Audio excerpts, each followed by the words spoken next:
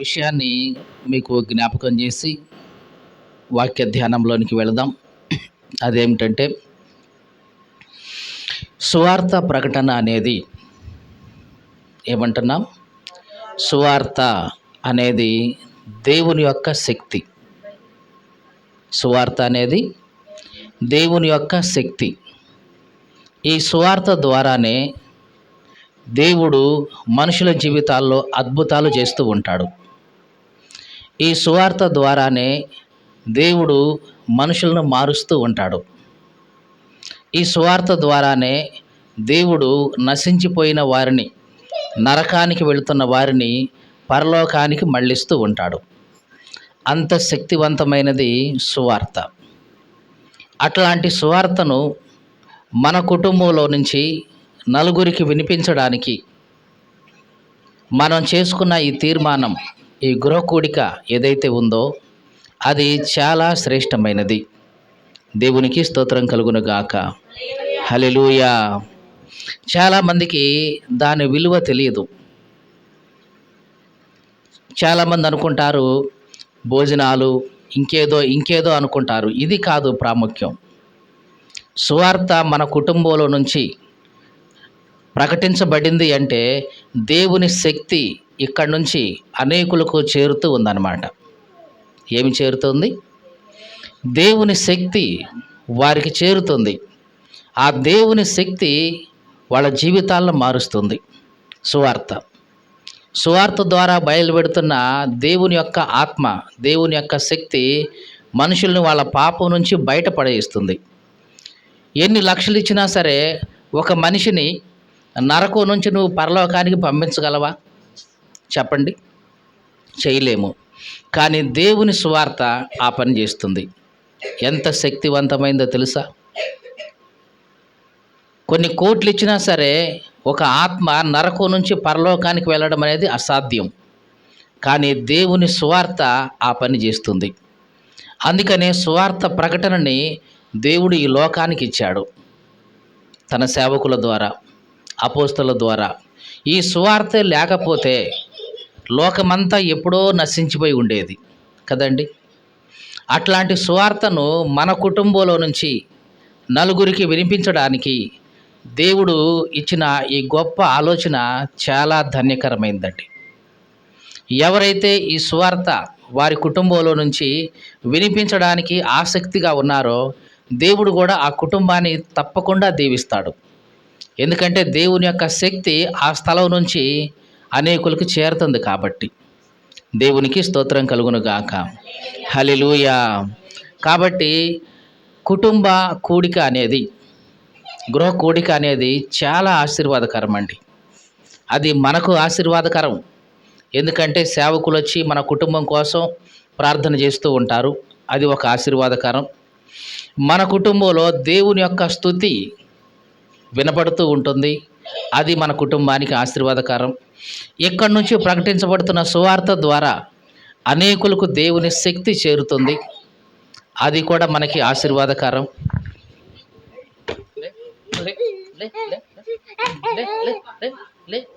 దాకలా పండి ఏంది కూర్చో, అమ్మ దగ్గర కూర్చో. లేకపోతే కూర్చో.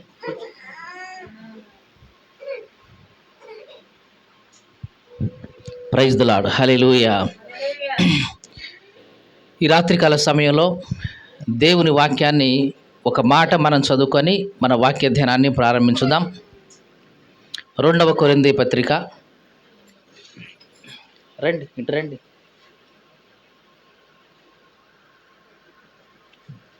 అడు జరుగున్నా అన్న, అవి తీసి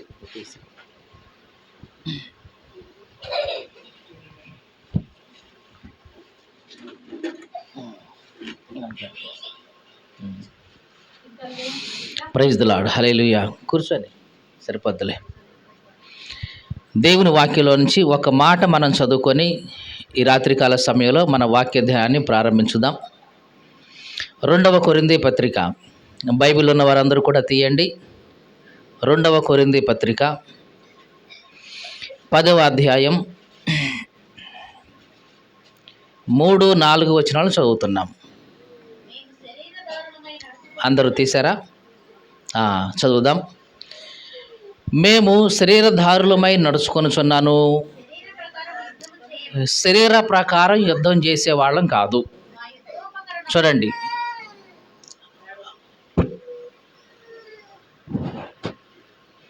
పౌలు ఏమంటున్నాడంటే ఇక్కడ, మేము శరీరధారులుగా నడుచుకుంటున్నాం, మాకు శరీరం ఉంది, కాళ్ళు ఉన్నాయి, చేతులు ఉన్నాయి, అన్నీ ఉంది, అట్లా నడుచుకుంటున్నాం. కానీ శరీర ప్రకారంగా యుద్ధం చేసేవాళ్ళమైతే కాదు.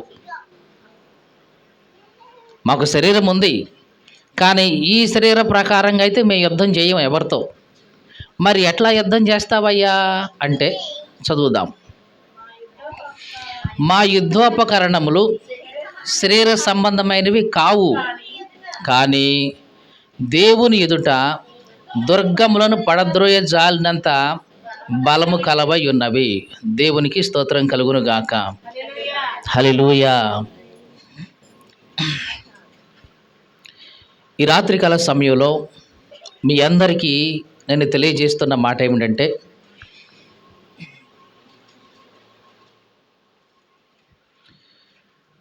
పౌలు చెప్తున్నాడు, మా యుద్ధోపకరణాలు శరీర సంబంధమైనవి కాదు.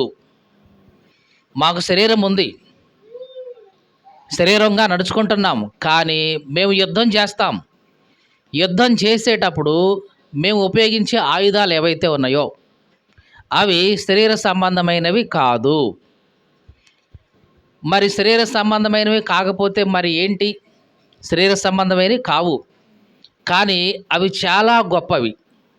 ఎంత గొప్పవి అంటే దేవుని ముందు దుర్గములను పడద్రోయ జాలినంత బలము కలిగినవి. మళ్ళీ ఈ మాట గుర్తు చేస్తున్నా, దేవుని ముందు ఏం పడేస్తాయి చెప్పండి? ఆ మాటలోనే ఉంది కదా, ఏం పడేస్తాయి? దుర్గములను పడద్రోయ జాలినంత. దుర్గములు అంటే ఏంటండి అసలు? మీరు చెప్పండి. దుర్గములు అంటే ఏంటి? అటు బయటకు తీసుకొని పో.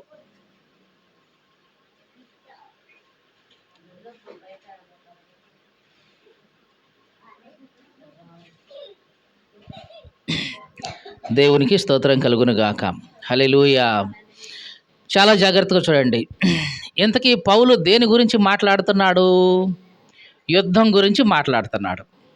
మాకు శరీరం ఉంది, కానీ మేము శరీర ప్రకారంగా యుద్ధం చేయము.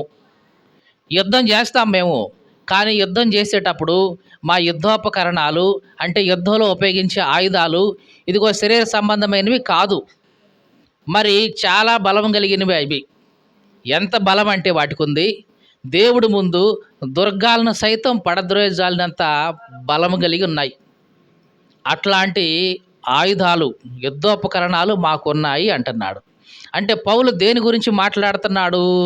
ఒక యుద్ధం గురించి మాట్లాడుతున్నాడు. ఈ మానవ జీవితం ఒక యుద్ధం కదండి, యుద్ధమే కదా. పుట్టింది మొదలుకొని చనిపోయేదాకా మనిషి యుద్ధం చేస్తూనే ఉంటాడు. బతకడానికి చేసేది చెప్పండి ఒక యుద్ధమే. చదువుకోవాలంటే అది ఒక యుద్ధమే. ఉద్యోగం సంపాదించాలంటే అది ఒక యుద్ధమే. మరి సంసారాన్ని ఏదాలన్నా అది ఒక యుద్ధమే. యుద్ధమే. మనిషి జీవితం అంతా కూడా ఏమిటి? యుద్ధమే. మరి ఈ యుద్ధంలో నీకు విజయం రావాలి అంటే నువ్వు ఉపయోగించే ఆయుధాలు ఏవైతే ఉన్నాయో శరీర సంబంధమైగా ఉండకూడదు. శరీర సంబంధంగా ఉండవు, అన్నీ ఉన్నాయి, శరీరం ఉంది, కానీ నువ్వు ఉపయోగించే ఆయుధాలు ఏవైతే ఉన్నాయో శరీర సంబంధమైనవి ఉండకూడదు. మరి ఎట్లాంటివి ఉండాలి? ఆత్మ సంబంధమైనవి ఉండాలి. దేవునికి స్తోత్రం కలుగును గాక. హల్లెలూయా. కాబట్టి యుద్ధ రంగంలో ఉన్నావు.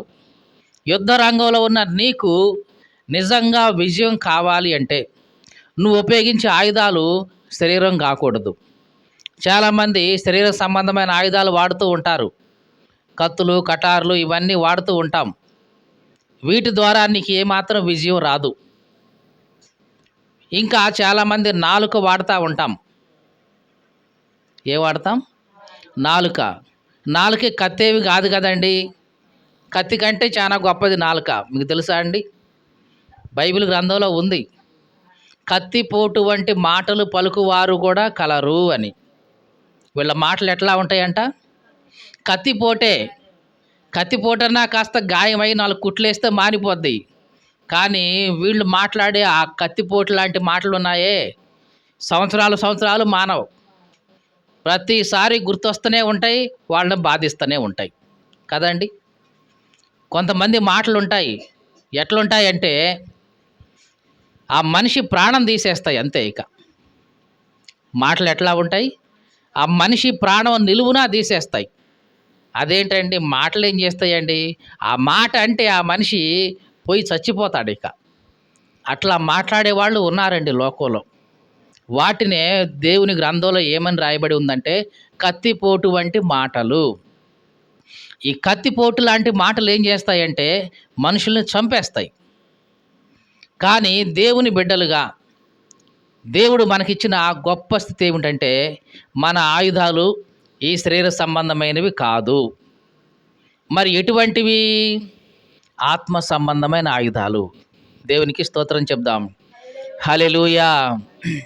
కాబట్టి ఎవరైతే ఆత్మ సంబంధమైన ఆయుధాలు వాడతారో వాళ్ళకి తప్పనిసరిగా విజయం వస్తుంది. ఒక సంఘటన మీకు ఈ రాత్రికాల సమయంలో గుర్తు చేసి మన వాక్య ధ్యానాన్ని మనం ముగించుదాం. ఒకే ఒక సంఘటన మీకు చూపిస్తూ ఉన్నాను. చూద్దాం ఒకసారి పరిశుద్ధ గ్రంథమైన బైబిల్ నుంచి. మొదటి సమూయేలు గ్రంథం 16వ అధ్యాయం తీసి దగ్గర పెట్టుకోండి.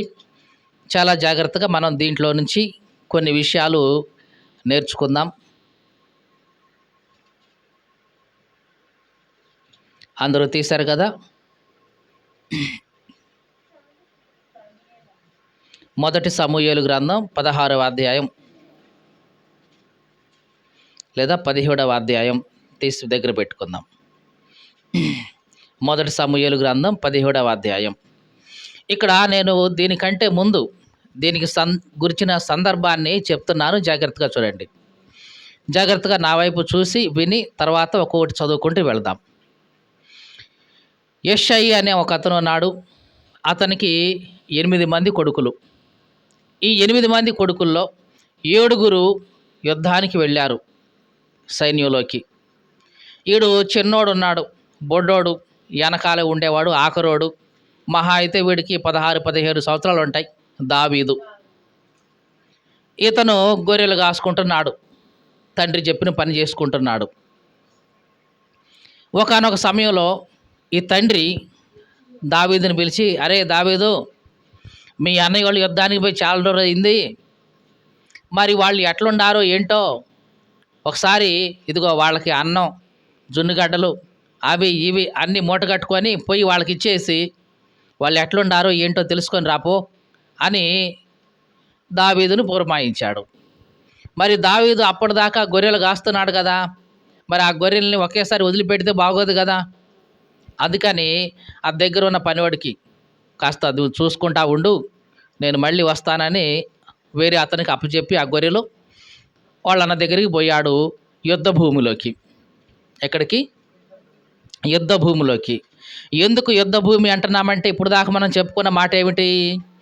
మానవ జీవితం అనేది ఒక యుద్ధ భూమి, ఒక రణరంగం. ఈ దావీదు కూడా ఎక్కడికి వెళ్ళాడు? ఇప్పుడు యుద్ధ భూమిలోకి వెళ్ళాడు. యుద్ధం చేయటానికి పోయాడా? చెప్పండి. చేయటానికి పోయాడా? మరి దేనికి పోయాడు? అన్నలు యుద్ధం చేస్తున్నారు కాబట్టి వాళ్ళకి అన్నం ఇచ్చి వద్దామని, లేదా వాళ్ళకి తినేవి ఏమైనా ఇచ్చి బాగుండారా, క్షేమంగా ఉన్నారా అడిగి తెలుసుకొని వద్దామని తండ్రి పంపించాడు. మొత్తానికి అంతా కట్టుకున్నాడు, బయలుదేరి వచ్చాడు, యుద్ధ భూమిలోకి వచ్చేసాడు. ఈ యుద్ధ భూమిలోకి వచ్చి చూడగానే జరిగింది ఏంటంటే, మధ్యలో పెద్ద అగాధం ఉంది, ఒక లోయ, ఏలా లోయ అని దానికి పేరు. దానికి అవతల వైపు ఫిలిస్తీన్లు ఉన్నారు, యువతల వైపు ఇశ్రాయేలీయులు ఉన్నారు. ఎవరెవరు చెప్పండి? అవతల వైపు ఫిలిస్తీయులు, యువతల వైపు ఇశ్రాయేలీయులు. ఈ ఇశ్రాయేలీయుల్లో వీళ్ళ అన్నలు ఉన్నారు 7. మొత్తానికి పోయాడు. పోగానే అవతల వైపు నుంచి ఆ ఫిలిస్తీన్లోంచి ఒకడు బయటకు వచ్చాడు గూ అని గర్జించుకుంటూ. వాడు చూస్తే దాదాపుగా 10 అడుగులు ఎత్తున్నాడు. ఎంత ఎత్తున్నాడు? బైబిల్ గ్రంథంలో ఉంది 6 మూరల జానడు. ఎంత పొడుగు? 6 మూరలు జానడు. కరెక్ట్గా లెక్కేసుకుంటే 10 నుంచి 12 అడుగులు ఎత్తుంటాడు. అంటే మన భాషలో చెప్పాలంటే ఈ మూల ఎంత ఎత్తుంటుంది? 10 అడుగులు ఎత్తుంటుంది కదా. ఇక్కడ నుంచి సీలింగు ఎంత ఎత్తుంటాడు? గొలియాతు వాడి పేరు. అంత ఎత్తున్నవాడు మరి అంత అజం ఉంటాడా లేదా?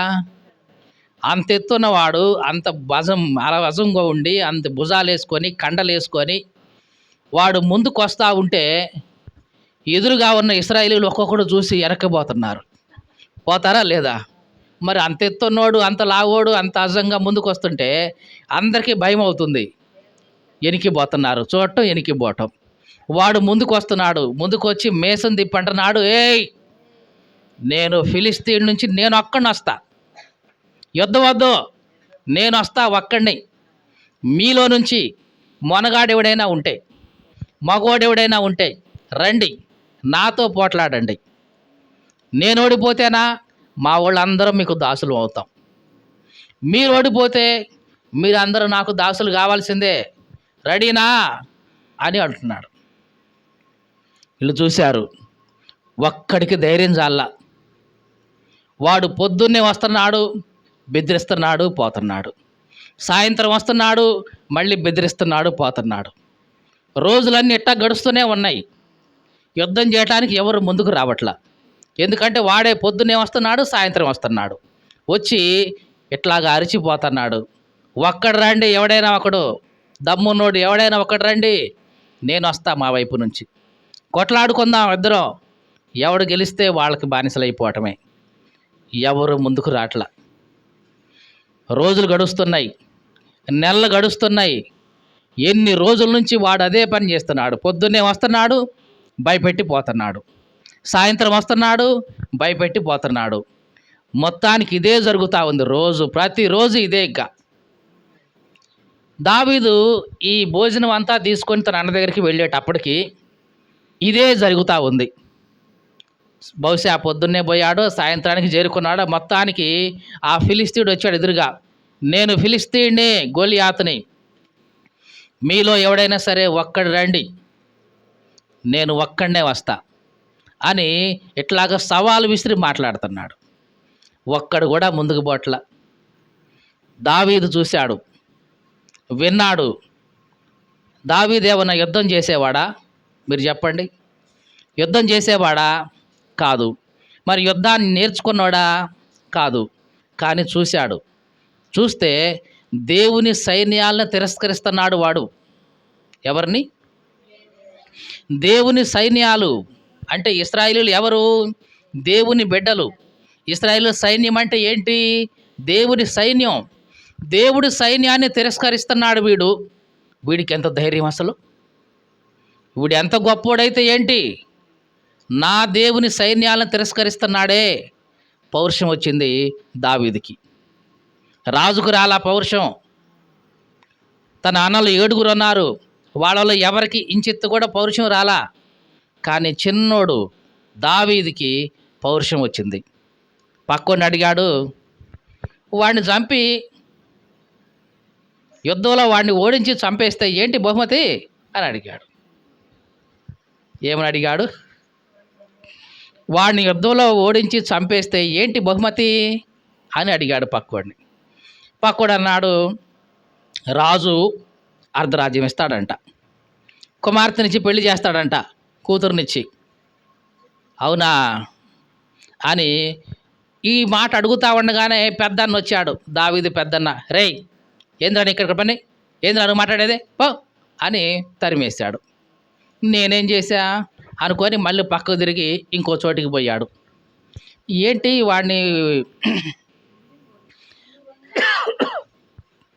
వాడిని జయించి వాడిని చంపేస్తే బహుమతి ఏంటి అని ఇంకోని అడిగాడు. వాడు అట్లాగే చెప్పాడు. మొత్తానికి ఈ నోట ఆ నోట ఆ నోట ఈ మాట రాజు దగ్గర దాకా చేరిపోయింది.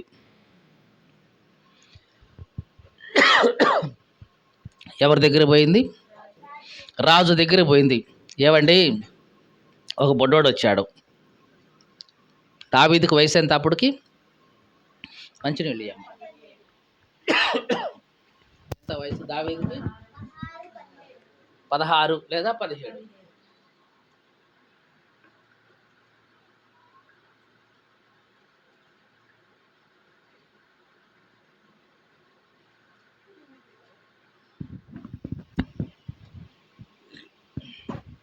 Praise the lord, hallelujah. ఈ 16-17 సంవత్సరాల చిన్నోడు ఏవండి ఎట్లా అడుగుతున్నాడు రాజుగారు, వాడిని చంపేస్తే బహుమతి ఏందని అడుగుతున్నాడు. అవునా, ఎవరయ్యా అతను? పిలుచుకొని రండి అన్నాడు. పిలుచుకొని పోయాడు. ఏ బాయ్, ఎవరు కొడుకు నువ్వు? నేనా అండి, యెషై కొడుకునండి. అవునా, మరి ఏంది మాట్లాడుతున్నావంట? అదేనండి, వాడిని చంపేసి ఇశ్రాయేల్ మీద నింద తీసేసిన వాడికి బహుమతి ఏందని అడిగానండి. ఎవరు చంపేస్తారు మరి? ఎవరు పోతారు? నీకు తెలుసా పోయేవాళ్ళు ఎవరైనా ఉన్నారా? ఎవరో ఏంటండి, నేనేనండి పోయేది అన్నాడు. నువ్వా? ఏవయ్యా, నువ్వు చూడబోతే చిన్నోడివి, వాడు చూడబోతే అంత ఎత్తున్నాడు, అంత లావున్నాడు. వాడు యుద్ధంలో ఆరితేరిన వాడు, నీకు యుద్ధమే సరిగ్గా రాదు కదా. ఎప్పుడైనా చేసావా యుద్ధం? నీకు యుద్ధం చేయటం వచ్చా? ఏదో చూడడానికి వచ్చావు మీ అన్నల్ని, చూసి పోతే బాగుంటుంది కదా, నీవెందుకయ్యా అని అంటే దావీదు అన్నాడు, రాజుగారు అట్టనొద్దు, నేను అడవిలో గొర్రెలు కాసుకునేవాడిని. ఒకానొకప్పుడు నేను గొర్రెలు కాస్తా ఉంటే ఒక ఎలుగుబంటి వచ్చింది నా గొర్రెలను తీసుకొని పోవటానికి. ఒక సింహం వచ్చింది నా గొర్రెలను తీసుకొని పోవటానికి. నేను ఊరుకున్నానా? దాన్ని పట్టుకొని మేకపిల్లని చీల్చేసా. అవునా? అదేంటి, ఎట్లా చేయగలిగావు? సింహాన్ని ఎట్లా చీల్చగలిగావు? అప్పుడు అన్నాడు దావీదు, నా దేవుడు నాకు తోడున్నాడు, అది నా ధైర్యం. ఎలుగుబంటిని చంపేశా నేను, దేవుడు నాకు తోడున్నాడు. సింహాన్ని చంపేశా నేను, దేవుడు నాకు తోడున్నాడు. వీడొక లెక్క అన్నాడు. రాజు ఆలోచిస్తా ఉన్నాడు. అబ్బాయి, మరి అతను చూస్తే ఇంకొకసారి ఆలోచించుకో అన్నాడు. ఆలోచించుకునేది ఏమి లేదండి, నా దేవుడు నాకు తోడుంటాడు. సింహం నుంచి రక్షించిన నా దేవుడు, ఎలుగుబంటి నుంచి రక్షించిన నా దేవుడు, ఈ ఆఫ్టర్ ఆల్ ఈ ఫిలిస్తీన్ నుంచి నన్ను రక్షించలేడా? నేను వెళ్తాను అన్నాడు. సరే, మరి ఇట్లాగ ఒట్టిగా పోతే ఏం బాగుంటుంది? సరే, ఒక పని చెయ్యి, ఇదిగో నా కత్తి తీసుకో, ఇదిగో నా కిరీటం పెట్టుకో, నా ఈ ఉంది కదా కవచం తొడుక్కో, మరి ఏదైనా అయితే నీకు ఇబ్బంది కదా, ఇవన్నీ వేసుకొని నువ్వు వెళ్ళిపో అన్నాడు.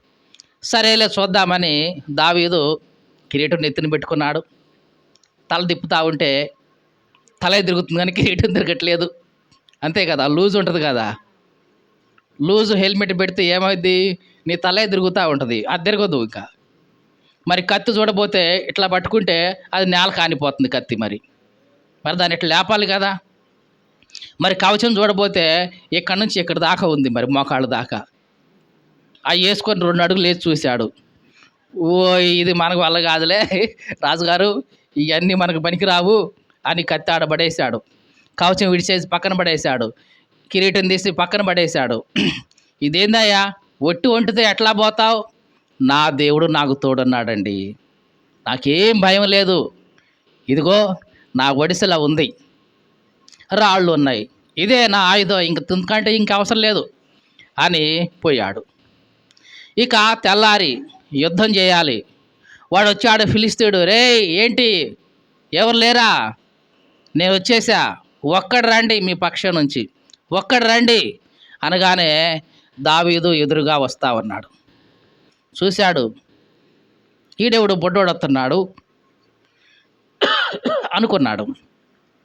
చూస్తే దావీదు 16-17 సంవత్సరాలు బాగా చక్కగా ఉన్నాడు, ఎర్రగా ఉన్నాడు, అందంగా ఉన్నాడు.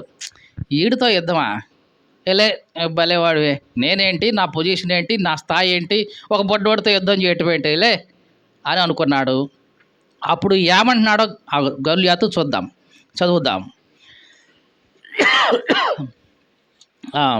వచనం చెప్దాం.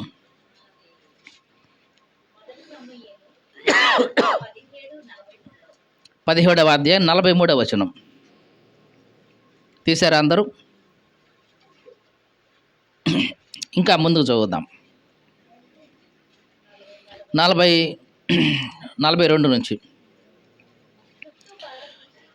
చుట్టూ పారజూసి దావీదును కనుగొని అతడు బాలుడై ఎర్రటివాడు రూపసి అయి ఉండుట చూసి అతన్ని తృణీకరించాడు.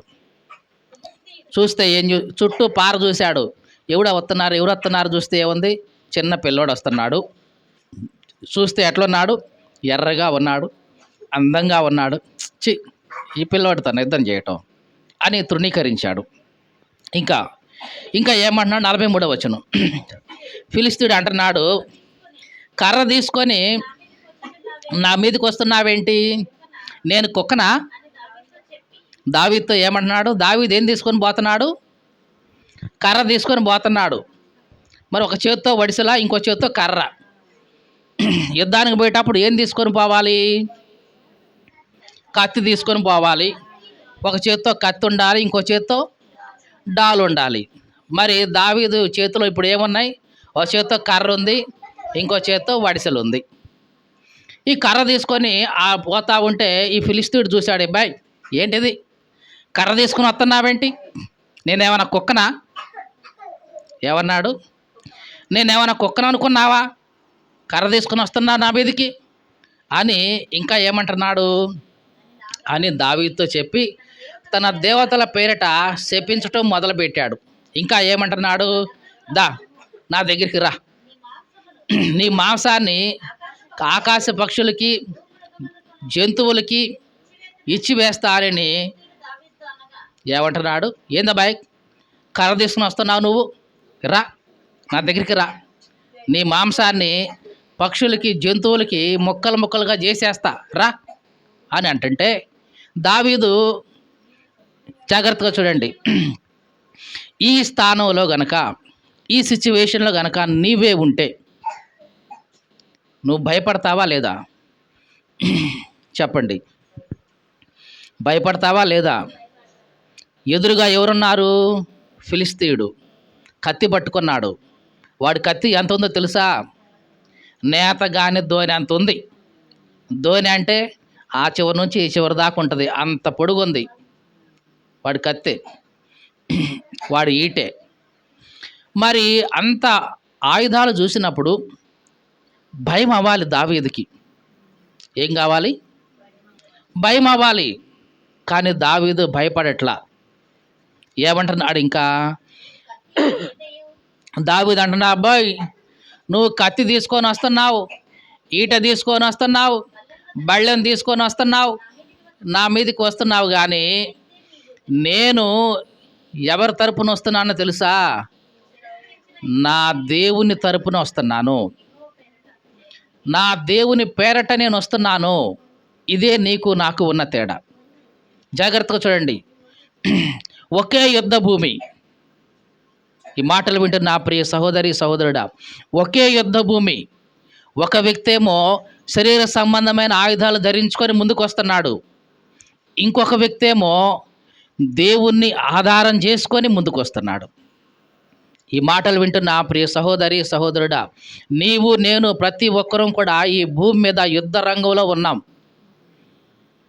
గొల్యాతు చూస్తే శరీర సంబంధమైన ఆయుధాలు ధరించుకొని ముందుకు వస్తున్నాడు. అదే సమయంలో దావీదు చూస్తే దేవుణ్ణి ఆధారం చేసుకొని ముందుకు వెళుతూ ఉన్నాడు. మరి నేను ఒక ప్రశ్న అడుగుతున్నాను ఈ రాత్రికాల సమయంలో, నీవు కూడా ఈ భూమి మీద ఉన్నావు, యుద్ధ రంగంలో ఉన్నావు, రణరంగంలో ఉన్నావు. మరి దేవుణ్ణి ఆధారం చేసుకొని ముందుకెళ్తున్నావా, ఈ గొల్లియాతులాగా శరీర సంబంధమైన వాటిని ఆధారం చేసుకొని ముందుకు వస్తున్నావా? ఒక్కసారి ఆలోచించు. శరీర సంబంధమైన వాటిని ఆధారం చేసుకోవటం అంటే బంధువులను ఆధారం చేసుకోవటం, స్నేహితులను ఆధారం చేసుకోవటం, ఇరుగు పొరుగు వాళ్ళని ఆధారం చేసుకోవటం, మా కులపోళ్ళు, మా గోత్రం వాళ్ళు, మా ఓళ్ళు అని ఇట్లా మనుషుల్ని ఆధారం చేసుకొని నువ్వు గనక ఈ యుద్ధ రంగంలో ముందుకెళ్తే నీకు ఎప్పటికీ జయము రాదు. మరి యుద్ధ రంగంలో నువ్వు ఎవరికి ఆధారం చేసుకొని పోవాలి? దేవుడు ఉన్నాడు నా వెనకాల, దేవుని పక్షంగా నేనున్నాను అని నువ్వు గనక అడుగు ముందుకు వేస్తే విజయం నీకే. దేవునికి స్తోత్రం కలుగును గాక. హల్లెలూయా. దావీదు ఇదే అంటున్నాడు, ఇదిగో నువ్వు కత్తి తీసుకొని వస్తున్నావు, బళ్ళెం తీసుకొని వస్తున్నావు, ఈట తీసుకొని వస్తున్నావు, కానీ నేను వస్తున్నది దేనికోసం తెలుసా? నా దేవుని పక్షంగా నేను వస్తున్నా, నా దేవుడు నా వెనకాల ఉన్నాడు, ఇది నా ధైర్యం. దావీదు ధైర్యం ఏంటి చెప్పండి? దేవుడు నా పక్షాన ఉన్నాడు. ఈ మాటలు వింటున్న నా ప్రియ సహోదరి సహోదరుడా, ఈ ధైర్యం నీ జీవితంలో నీకు ఉండాలి. డబ్బు ఉంది, ఈ ధైర్యం కాదు, అది ఉంటుంది ఇంకోసారి ఊడిపోద్ది. బంధువులు ఉన్నారు, వాళ్ళు కాసేపు నీతో ఉంటారు, తర్వాత పోతారు. స్నేహితులు ఉన్నారు, కాసేపు నీతో ఉంటారు, తర్వాత పోతారు. కానీ ఎల్లప్పుడూ నీతో కూడా ఉండేది నీ దేవుడే. ఇదే నీ ధైర్యమై ఉండాలి. నువ్వు ఎన్నడూ కూడా ఇక వెనకడుగు వేయలేవు. దేవునికి స్తోత్రం కలుగును గాక. హల్లెలూయా. ఇక్కడ దావీదు ముందుకెళ్తున్నాడు, చదువుదాం. ఇంకా ఏమంటున్నాడు? ఈ దినాన యెహోవా నిన్ను నా చేతికి అప్పగిస్తాడు, నేను నిన్ను చంపి నీ తల తెగేస్తా. చూడండి, దావీదు ఎట్లా ఏమంటున్నాడు?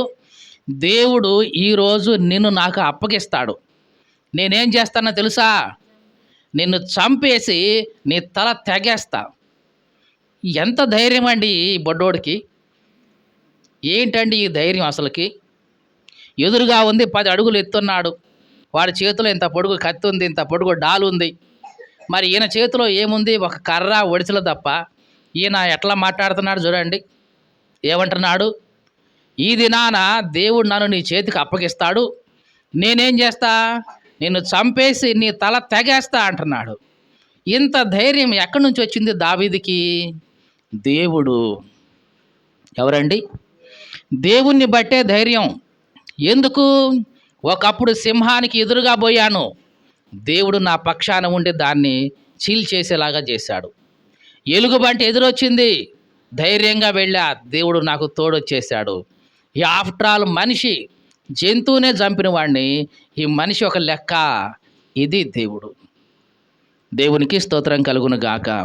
హల్లెలూయా. మరి ఈ ధైర్యం, ఈ విశ్వాసం ఎంతమంది ఉన్నారు సైన్యం? ఎవరికైనా ఉందా చెప్పండి? ఎంతమంది ఉన్నారు సైన్యంలో? రాజు ఉన్నాడు, మంత్రి ఉన్నాడు, వీళ్ళందరూ ఉన్నారు, ఎవ్వడికి కూడా ధైర్యం లేదు. కానీ దావీదుకు ఉంది. జాగ్రత్తగా చూడండి, ఈ లోకంలో నువ్వు యుద్ధ రంగంలో ఉన్నప్పుడు నీ ఎదురుగా ఏమైనా ఉండొచ్చు. నీవు జయించాలి అంటే ఒక సూత్రం ఉంది. అదేమిటంటే, చాలా జాగ్రత్తగా వినండి చెప్తాను.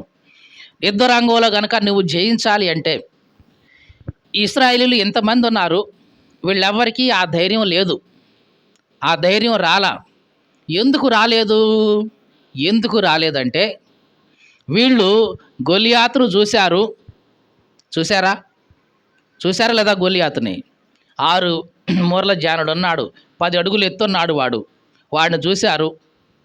వీళ్ళని పక్కన పెట్టుకొని చూసుకుని ఉంటారు, అంతే కదా? శత్రువుని చూసినప్పుడు మనం ఏం చేస్తాం? వాడు ఎంత ఎత్తున్నాడు చూస్తాం, మన వైపు చూసుకుంటాం, మనం ఎంత ఉన్నామని చూసుకుంటాం. ఊరిని ఎంత ఎత్తున్నాడుగా, వీడి నా వల్ల ఏమైద్ది అనుకుంటాం. అంటే వీళ్ళు ఏం చేశారు? గొలియాతును చూశారు, వాళ్ళని వాళ్ళు చూసుకున్నారు, మా వల్ల కాదులే అని పక్కకు వచ్చేశారు కదా. కానీ దావీదు ఏం చేశాడంటే, గొలియాతును చూశాడు, పక్కనే దేవుణ్ణి చూశాడు. జాగ్రత్తగా చూడండి, గొలియాతును చూశాడు, గొలియాతు పక్కనే దేవుడుంటే ఎట్లా ఉంటుందని చూశాడు. అప్పుడు గొలియాతు దేవునితో పోల్చుకుంటే ఎంత ఉంటాడు? ఎంతే. మీకు అర్థమైందా? ఒకసారి ఒక మంత్రి, ఒక రాజు ఒక చిన్న పజిల్ ఇచ్చాడంట తన మంత్రికి. ఏమని? పలక మీద ఒక చిన్న గీత గీసి ఏం చేశాడు? పలక మీద ఒక గీత గీసి, అబ్బాయి దీన్ని చెరపకుండా చిన్న గీత చేయాలా, చెయ్యి అన్నాడు. ఏం చేయాలి? పలక మీద ఒక గీత గీశాడు. గీత గీసి ఏం చేశాడు? దాన్ని ఏమాత్రం చెరపకుండా దాన్ని చిన్నది చేయాలి. ఎట్లా చేస్తావో చెయ్యి అన్నాడు. ఇప్పుడు నీకు తెలిసింది. అప్పుడు ఆ మంత్రి చూశాడు చూశాడు చూశాడు, చెరపకుండా చిన్నది ఎట్ట చేస్తావు అబ్బా, దీన్ని చెరిపితే కదా చిన్నది అయ్యేది, చెరపకుండా చిన్నది ఎట్ట అవుద్ది అసలు ఇది అని ఆలోచిస్తే వాళ్ళ వల్ల కాల. ఆ మంత్రి కొడుకు చూశాడు, నానా నేను చేస్తా పోయి అని. మరి నువ్వేం చేస్తావురా? నేను చేస్తాగా అని పోయాడు రాజుగారి దగ్గర పోయి, రాజుగారు మీరు ఒక పజిల్ ఇచ్చారు కదా, మా నాన్న వల్ల కాలేదు, నేను చేస్తా అన్నా. ఎరా మీ నాన్న మంత్రి తెలివిగలవాడు అనుకున్నావు, ఆయనే చేయలేకపోయాడు, నువ్వేం చేస్తావురా? నేను చేస్తానండి ఇయ్యండి అన్నాడు. సరే అని పలక మీద గీత గీసి, అరే దీన్ని ముట్టుకోకుండా దీన్ని చెరపకుండా చిన్నది చేయాలరా, చెయ్యి అన్నాడు. అంతే. వీడు బలపం తీసుకొని దాని పక్కనే పెద్ద గీత గీశాడు. ఏమైంది? ఆ పెద్ద గీతను చూసినప్పుడు ఇది ఏమైంది? చిన్న గీత అయిపోయింది. ఇదే సూత్రం అండి. చాలాసార్లు మనిషిగా నువ్వేం చేస్తావో తెలుసా? నీ ఎదురుగా వస్తున్న సమస్యను చూసుకుంటావు, అది నీకు పెద్దగా అనిపిస్తుంది. నిన్ను చూసుకుంటావు, నువ్వు చిన్నగా కనిపిస్తావు, అంతే భయపడిపోతూ ఉంటావు. కానీ నువ్వు చేయాల్సిందేంటి? నీ సమస్యను చూసి నెక్స్ట్ ఎవరిని చూడాలి? యేసు ప్రభువును చూడు, దేవుణ్ణి చూడు. చూస్తే ఆ సమస్య నీకు చిన్నగా కనిపిస్తుంది. దేవునికి స్తోత్రం కలుగును గాక. హల్లెలూయా. అప్పుడు నీకు ధైర్యం వస్తుంది. వచ్చిద్దా రాదా? నీ సమస్యను చూసి నువ్వు చూసుకున్నావు అనుకో, నీకు ఉన్న ధైర్యం కాస్త పోద్ది. ఎందుకంటే ఇన్ని అప్పులా, ₹1,00,000 అప్పులా, 2 లక్షల అప్పులా, 3 లక్షల అప్పులా, మాకు వచ్చే జీతం ఎంత, మాకు వచ్చే మిగిలేది ఎంత, మా వల్ల ఇద్దా దీన్ని తీర్చటం, ఇన్ని రకాలుగా మనం ఆలోచిస్తాం. మన వల్ల కాదు, ధైర్యం పోతుంది. కానీ నీకున్న సమస్యను ఎదురుగా పెట్టి దాని పక్కనే దేవుణ్ణి పెట్టి చూడు, ఆ సమస్య చిన్నదిగా కనిపిస్తుందా లేదా? తప్పకుండా కనిపిస్తుంది. అప్పుడు నీకు ధైర్యం వస్తుంది. దేవునికి స్తోత్రం కలుగును గాక. హల్లెలూయా. దావీదు చేసింది ఇదే. మిగతా సైన్యమంతా ఏం చేశారు? గొలియాతును చూశారు, వాళ్ళని పక్కన పెట్టుకున్నారు. ధైర్యం పోయింది వీళ్ళకి. కానీ దావీదు ఏం చేస్తున్నాడు? గొలియాతును చూశాడు, పక్కనే దేవుణ్ణి పెట్టాడు, తన్ను పెట్టుకోవాలా. ఎవరిని పెట్టాడు? దేవుణ్ణి పెట్టగానే ఈ గొలియాతు బొడ్డోడైపోయాడు. ఓహ్ ఈడేంది బొడ్డోడే కదా, దేవుడు ఎంత ఉన్నాడు, ఈ గొలియాతు ఎంతే కదా, ఇంత మీ మాత్రం కూడా చేయలేరు దేవుడు అనుకొని ధైర్యంగా ముందుకెళ్ళాడు. ఈ మాటలు వింటున్న ప్రియ సహోదరి సహోదరుడా, నీ జీవితంలో నిజంగా నీకు విజయం రావాలి అంటే, ధైర్యం రావాలి అంటే నువ్వు చేయాల్సిన సూత్రం ఇదే. నువ్వేం చేయాలి? నీ సమస్య ఏదైనా సరే ఆ సమస్య పక్కన ఎవరిని పెట్టి చూడాలి? దేవుణ్ణి పెట్టి చూడు, నీవు ధైర్యంగా వచ్చేస్తుంది. దేవుడు ముందు ఈ సమస్య ఎంత, ఇంతే కదా అనుకుంటావు, ధైర్యం వస్తుంది. తప్పనిసరిగా నువ్వు దాన్ని జయిస్తావు. ఆ సమస్య ఏదైనా కానీ, అది ఒక వ్యసనమే కానీ, అది ఒక దురలవాటే కానీ, అది ఒక పాపమే కానీ, ఏదైనా సరే దాని పక్కన నీ దేవుణ్ణి పెట్టి చూడు, అది నీకు చాలా చిన్నదిగా కనిపిస్తుంది. దేవుడు నన్ను తప్పనిసరిగా దీని నుంచి విడుదల ఇస్తాడని ధైర్యం వస్తుంది. దావీదు అదే చేశాడు. దావీదు ధైర్యంగా వెళ్ళాడు. ఎంత ధైర్యం అంటే ఇక ముందు చదువుదాం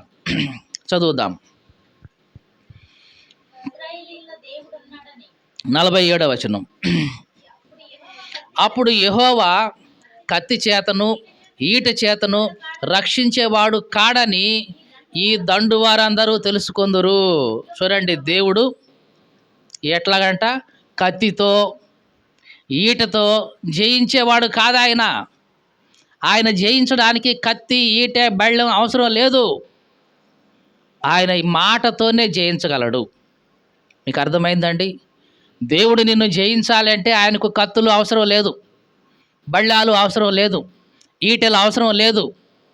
అవన్నీ లేకుండానే దేవుడు జయించేస్తాడు. ఇంకా చదువుదాం.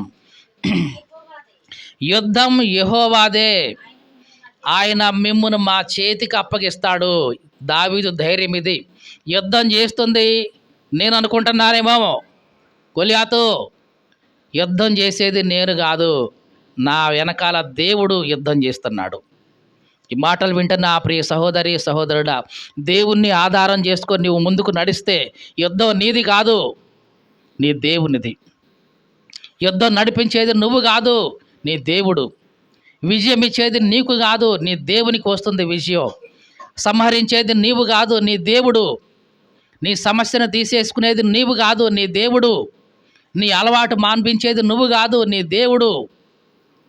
చాలామంది అంటారు, అయ్యా ప్రార్థనకు రండి అయ్యా అని అంటే, అయ్యగారు నాకు అప్పుడప్పుడు చుట్ట తాగే అలవాటు ఉంది, అప్పుడప్పుడు బీడి తాగే అలవాటు ఉంది, ఈ మానుకొని వస్తానండి.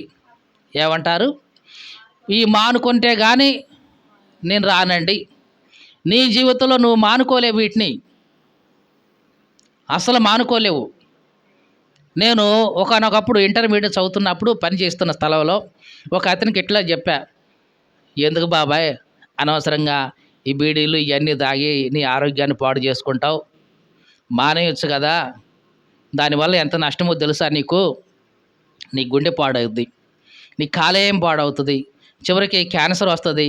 ఇన్ని చెబితే మొత్తానికి గట్టిగానే మోటివేషన్ చేస్తే నిజమేనబ్బాయి, చి నా బతుకు అని అప్పుడున్న బీడీ కట్ట ఉంది, అవి కాస్త 2-3 ముక్కలు చేసి ఆ గుంట్లో పడేసాడు. పోనీలే మారు మనసు వచ్చింది అనుకుంటా సంతోషిస్తామా లేదా? సంతోషించాం. గంట అయింది, 2 గంటలు అయింది, భోజనానికి కూర్చున్నాం, భోజనం చేసాం. ఇక ఈ మనిషి పక్కన లేడు, అప్పుడు దాకా ఉన్న మనిషి పక్కన లేడు. ఈ యాడికి పోయాడు, ఇప్పుడు దాకా ఇక్కడే ఉన్నాడు కదా, యాడికి పోయాడని చూస్తే ఆ 3 ముక్కలు చేసిన ఆ గుంటలో ముక్కను ఒకటి తీసుకొని చిన్నగా నిప్పండి చేసుకున్నాడు. నేను అడిగా, ఏంది బాబా ఇప్పుడే కదా మొత్తానికి ఒక్కొక్క దాన్ని 3 ముక్కలు చేసి పడేసావు, మళ్ళీ ఇంతలోనే ఏమైందంటే, ఆగలేకపోయాను అబ్బాయి. ఏమైనాడంట? ఆగలేకపోతున్నాను అబ్బాయి. అంటే ఏంటి? నీకున్న అలవాటు ఏదైనా సరే నీకుగా నువ్వు మానుకోలేవు, నీ వల్ల కాదు అది. నీ వల్ల అయితే దేవుడు పరలోకం నుంచి భూమి మీదకి రావడం ఎందుకు నీ కోసం? నీ పాపం నుంచి నువ్వే బయటపడగలిగితే దేవుడు పరలోకం నుంచి భూమి మీదకి రావాల్సిన పనే ఉంది అసలు. నీ వల్ల కాదు కాబట్టి, నీకు చేత కాదు కాబట్టే, ఇదిగో నీ పాపం నుంచి నిన్ను విడిపించడం కోసం ఆయనే వచ్చాడు. మరి నువ్వేం చేయాలి? ఇదిగో నా దేవుడు ఉన్నాడు, నన్ను విడిపిస్తాడు అనే ధైర్యంతో ఆయన సన్నిధికి రా. తప్పకుండా నీకున్న ప్రతి అలవాటు ఆయన్ని విడిపిస్తాడు. యుద్ధం నీది కాదు, మళ్ళీ చెప్తున్నా, యుద్ధం నీది కాదు, నీ వెనకాల ఉన్న దేవునిదే యుద్ధం. ఆయనే నీకు విడుదలిస్తాడు, ఆయనే నీకు జయమిస్తాడు, ఆయనే నీ సమస్య నుంచి నీకు విడుదలిస్తాడు. దేవునికి స్తోత్రం కలుగును గాక. హల్లెలూయా. ఇక జరిగిన విషయాన్ని త్వరగా ముగిస్తాను. దావీదు ముందుకెళ్తూ ఉన్నాడు. ఎట్లా వెళ్ళాడో చూద్దాం. 48వ వచనం. ఫిలిష్తీయుడు లేచి దావీదును కలుసుకోవడం కోసం అతనికి ఎదురుగా పోయాడు. దావీదు వారిని ఎదుర్కోవడానికి సైన్యం తట్టు త్వరగా పరిగెత్తుకుని పోయాడు. చూడండి ఏం జరుగుతుందో ఒక్కసారి ఎదురుగా చూడండి. ఎదురుగా వస్తున్న దేవుడు గొలియాతు, కత్తి తీసుకొని వస్తున్నాడు, బళ్ళెం తీసుకొని వస్తున్నాడు. మరి ఇటు పోతుంది ఎవరు? దావీదు. ఎట్లా పోతున్నాడు? భయంగా అడుగులు అడుగేసుకుంటా పోతున్నాడా? పరిగెత్తుకుంటా పోతున్నాడు. ఇది దావీదు యొక్క ఉత్సాహం, దావీదు యొక్క ధైర్యం. ఇది పరిగెత్తుకుంటా పోతున్నాడు. వాడు పరిగెత్తుకుంటూ రాట్ల, వాడు నడుచుకుంటే వస్తున్నాడు. కానీ దావీదు ఎట్లా పోతున్నాడు? భయంగా బోట్లా. నడక నడవట్లా, అడుగులో అడుగు వేసుకోవట్లా, భయం లేదు. నా దేవుడు నా వెనకాల ఉన్నాడు. పరిగెత్తుకుంటూ పోయాడు. అలా పరిగెత్తుకుంటూ పోయి పోయి ఏం చేశాడో చూద్దాం. తన సంచిలో చేయి వేసి అందులో నుంచి రాయి ఒకటి తీసి ఒడిసెలతో విసిరి ఫిలిస్తీన్ నుదుట కొట్టేశాడు. ఒడిసెలంటే ఒక చిన్న రాయి దాంట్లో వేసి ఇలాగ తిప్పేసి ఇసిరి కొట్టేస్తాడు. అరే వాడికి నెత్తి నిండా కిరీటం ఉంది.